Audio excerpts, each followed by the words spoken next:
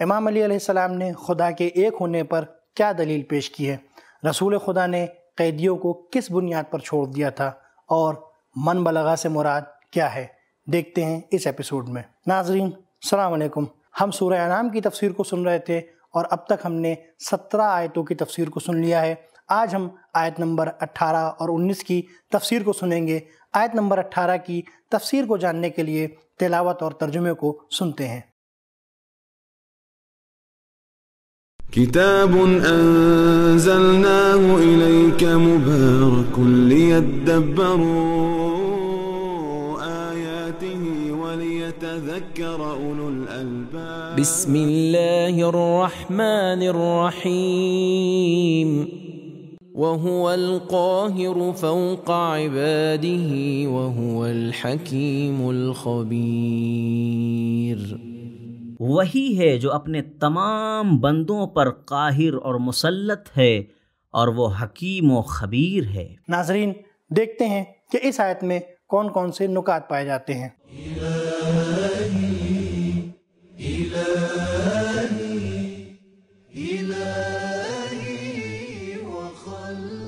قہر اس طرح کے غلبے کو کہا جاتا ہے جس میں مقہور غلبہ کرنے والے کے سامنے ذلیل ہو جائے۔ 14ویں آیت میں اللہ تعالی کی ولایت اور رزاقیت کا ذکر ہوا ہے، ولیًا وہو یطعم۔ آیت 15 میں اس کی قہاریت اور قیامت کا ذکر ہوا ہے، انی اخاف عذاب۔ آیت 16 میں نجات اور خدا کی رحمت کا ذکر کیا گیا ہے، فقد رحم۔ آیت 17 میں مشکلات کے حل اور نیکی تک پہنچنے کی بات کی گئی ہے، فلا کاشف لہ الا ہو۔ اور اس آیت میں اللہ تعالیٰ کی قدرت کاملہ کا ذکر کیا جا رہا ہے، وَهُوَ الْقَاهِرُ فَوْقَ عِبَادِهِ۔ ناظرین اس آیت میں بھی پروردگار عالم نے ہمارے لیے کچھ پیغامات رکھے ہیں، دیکھتے ہیں وہ کون کون سے ہیں۔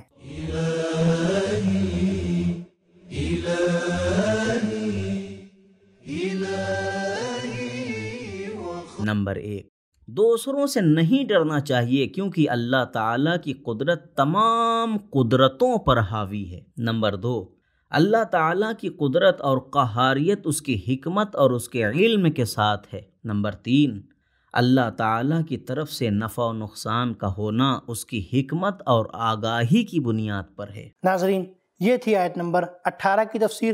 اب 19 کی تفسیر کو جاننے کے لیے اس کے ترجمے اور تلاوت کو سنتے ہیں۔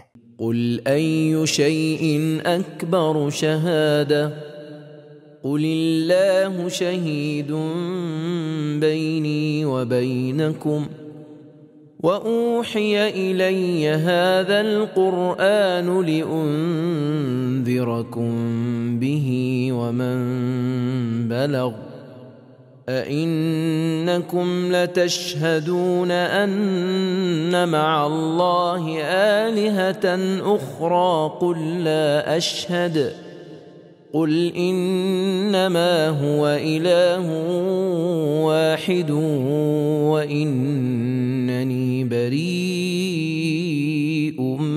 مِّمَّا تُشْرِكُونَ۔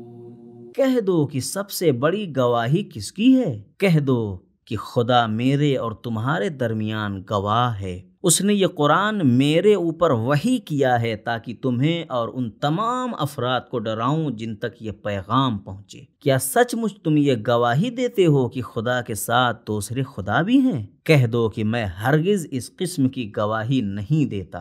کہہ دو کہ خدا یگانہ و یکتا ہے اور میں ان لوگوں سے جو اس کا شریک قرار دیں بری اور بیزار ہوں۔ ناظرین گزشتہ آیت کی طرح اس آیت میں بھی پروردگار عالم نے کچھ نکات رکھے ہیں، دیکھتے ہیں کہ وہ نکات کون کون سے ہیں۔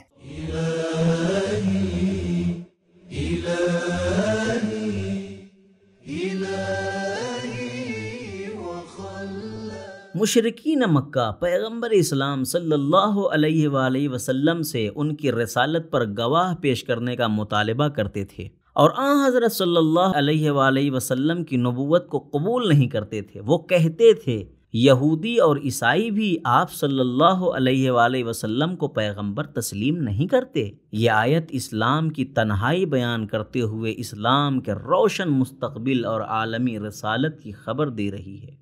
انما هو الہ واحد کی تفسیر میں حضرت علی علیہ السلام فرماتے ہیں اگر کچھ اور بھی خدا ہوتے تو وہ بھی اپنے اپنے پیغمبر بھیجتے۔ نہج البلاغہ نامہ 31۔ کچھ قیدیوں کو رسول خدا صلی اللہ علیہ وآلہ وسلم کی خدمت میں پیش کیا گیا۔ حضرت صلی اللہ علیہ وآلہ وسلم نے ان سے پوچھا کیا ابھی تک آپ کو اسلام کی دعوت دی گئی؟ سب نے جواب دیا نہیں۔ لہٰذا حضرت صلی اللہ علیہ وآلہ وسلم نے فرمایا ان سب کو پرامن جگہ پر لے جائیں اور رہا کر دیں، کیونکہ جس نے ابھی تک اسلام کی صدا نہیں سنی اسے قید نہیں کیا جانا چاہیے۔ پھر یہ آیت تلاوت فرمائی لِأُنذِرَكُمْ بِهِ وَمَنْ بَلَغَ، تفسیر در منصور۔ امام جعفر صادق علیہ السلام فرماتے ہیں ہمیشہ خدا کا خوف دلانے کے لیے کسی خوف دلانے والے کا ہونا ضروری ہے، لہٰذا امامت اور الہی راہبر کا بھی تاابد قرآن کے ہمراہ ہونا ضروری ہے۔ تفسیر صافی۔ عام طور پر انسان میں فائدہ حاصل کرنے سے زیادہ نقصان سے بچنے کے لیے مضبوط احساس پایا جاتا ہے، اس لیے قرآن مجید نے خوف دلانے والے مسئلے پر زیادہ تاکید کی ہے۔ لِأُنذِرَكُمْ۔ دوسری آیات میں بھی پڑھتے ہیں کہ ان انت الا نذیر، سورہ فاطر آیت نمبر 23، انما انا نذیر مبین، سورہ عنکبوت آیت نمبر 50۔ متعدد احادیث میں من بلغ کی تفسیر میں ائمہ معصومین علیہم السلام کو اس کا مصداق بیان کیا گیا ہے۔ تفسیر عیاشی۔ امام جعفر صادق علیہ السلام بھی من بلغ کے بارے میں فرماتے ہیں اس سے مراد وہ ہے جس کو امامت کے فرائض سونپے گئے ہیں اور وہ پیغمبر کی مانند لوگوں کو قرآن کے ذریعے خوف دلاتا ہے۔ کافی جلد نمبر 1 صفحہ نمبر 1416۔ اس آیت میں بھی کچھ پیغامات ہیں، دیکھتے ہیں کہ وہ پیغام کون کون سے ہیں۔